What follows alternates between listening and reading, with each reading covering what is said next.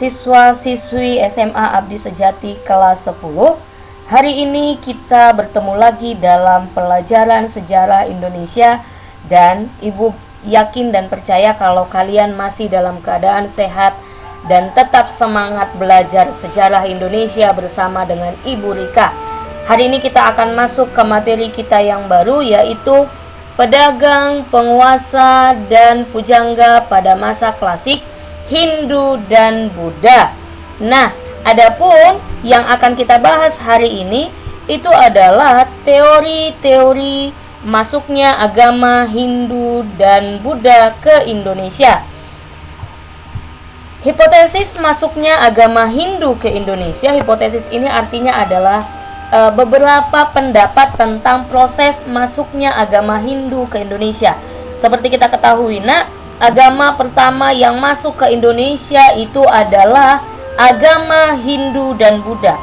Bahkan di beberapa pulau yang ada di Indonesia itu masih ada yang mayoritas agamanya itu adalah Hindu. Contohnya adalah Bali. Dalam setiap aspek kehidupannya, agama Hindu sangat kuat memegang peranan penting di Bali. Nah, kalau dikatakan siapa yang membawa masuk ke Indonesia, itu ada beberapa teori yang menyatakan masuknya agama Hindu ke Indonesia. Nah, hipotesis yang pertama itu adalah teori Brahmana. Teori Brahmana ini dicetuskan oleh J.C. van Leur. Pembawa teori ini adalah golongan Brahmana. Isinya katanya kaum Brahmana, kalau dikatakan kaum Brahmana artinya adalah kaum pendeta ya nak ya, datang ke Indonesia atas dasar undangan para kepala suku. Nah, ketika mereka datang ke Indonesia, mereka menyebarluaskan agama dan kebudayaan di Indonesia. Tetapi teori ini mendapat yang namanya sanggahan. Apa sanggahannya? Sanggahannya itu adalah yang pertama, yang sisi negatifnya. Isi dari kitab Weda itu adalah kitab suci agama Hindu, pelajaran yang sangat sulit, apalagi untuk dipelajari Raja Indonesia. Nah, para Brahmana didatangkan untuk mengajar kitab Weda kepada raja-raja Indonesia.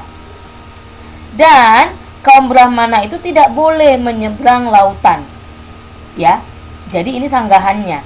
Yang positifnya hanya kaum Brahmana yang tahu tentang ajaran Weda. Nah, jadi ada juga yang mengatakan ada mungkin benarnya Brahmana yang menyampaikan karena hanya mereka yang tahu ajaran dari kitab Weda dan mereka itu satu-satunya sumber.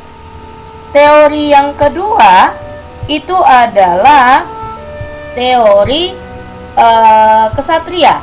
Kesatria ini adalah golongan raja. Kesatria ini adalah para raja-raja. Dicetuskan oleh Bose. Bose ini adalah pembawa teori golongan kesatria. Isinya, raja-raja India yang kalah perang menyingkir ke Indonesia dan membentuk kolonisasi. Karena mereka kalah, mereka pindah ke Indonesia dan membentuk koloni-koloni. Sambil mereka membentuk koloni, mereka menyebarkan agama Hindu. Dan ini juga mengalami yang namanya sanggahan. Tidak mungkin pelarian kesatria dari India mendapat kedudukan yang mulia sebagai raja. Tidak mungkin raja di Indonesia itu mau mengalah dan memberikan tahtanya kepada raja dari India. Teori yang selanjutnya itu adalah teori Waisya. Teori Waisya ini dicetuskan oleh Krom. Nah, isinya golongan Waisya berdagang di Indonesia. Nah, saat mereka berdagang, ya, jadi Waisya ini adalah golongan para pedagang. Mereka mengawini gadis-gadis di Indonesia. Saat mereka menikah ini, otomatis keluarganya itu menyebarkan menganut agama Hindu. Ya, karena pernikahan lah intinya kalau di teori Waisya. Tapi ini juga mengalami yang namanya sanggahan. Kenapa sanggahan? Karena kebudayaan Hindu Buddha adalah milik Brahmana. Tidak mungkin orang-orang Waisya yang menyebarkan. Nah, teori yang selanjutnya itu adalah teori Sudra. Kalau Sudra ini adalah golongan rendah, ya, atau buruh. Dicetuskan oleh fiber. Isinya di India itu terdapat perang. Nah, Indonesia itu dijadikan pembuangan tawanan perang tawanan perang. Nah, ketika mereka dibuang, mereka menyebarkan agama Hindu. Tetapi ini juga mengalami sanggahan. Kenapa mengalami sanggahan? Kasta Sudra itu adalah kasta terendah yang tidak mungkin menyebarkan agama Hindu. Teori yang terakhir itu adalah teori nasional. Teori nasional ini dicetuskan oleh Van Leur. Sering juga disebut dengan hubungan timbal balik. Caranya gimana ini nak kalau teori nasional? Katanya Raja Indonesia itu mendatangkan golongan Brahmana ke Indonesia. Nah, kemudian raja-rajanya itu mengajarkan agama Hindu ke Raja Indonesia. Ya maaf, golongan Brahmana itu mengajarkan agama Hindu ke Raja di Indonesia. Yang kedua, Raja melakukan perdagangan melalui perantara wakil-wakilnya. Saat terjadi yang namanya perdagangan ini, terjadi juga yang namanya penyebaran agama Hindu.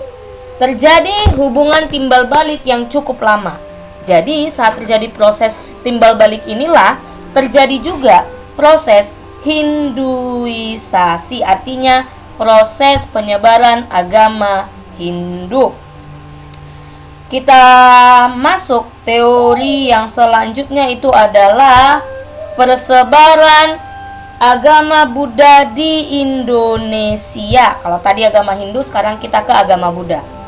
Agama Buddha masuk ke Indonesia itu melalui para pendeta agama Buddha atau sering dikenal dengan yang namanya biksu. Ya, biksu ini adalah pemuka agama Buddha. Para biksu datang ke seluruh dunia melalui jalur perdagangan. Ya, dan dalam agama Buddha, para biksu itu wajib menyebarkan agama Buddha ke seluruh dunia. Inilah penjelasan Ibu tentang hipotesis atau teori masuknya agama Hindu dan Buddha ke Indonesia.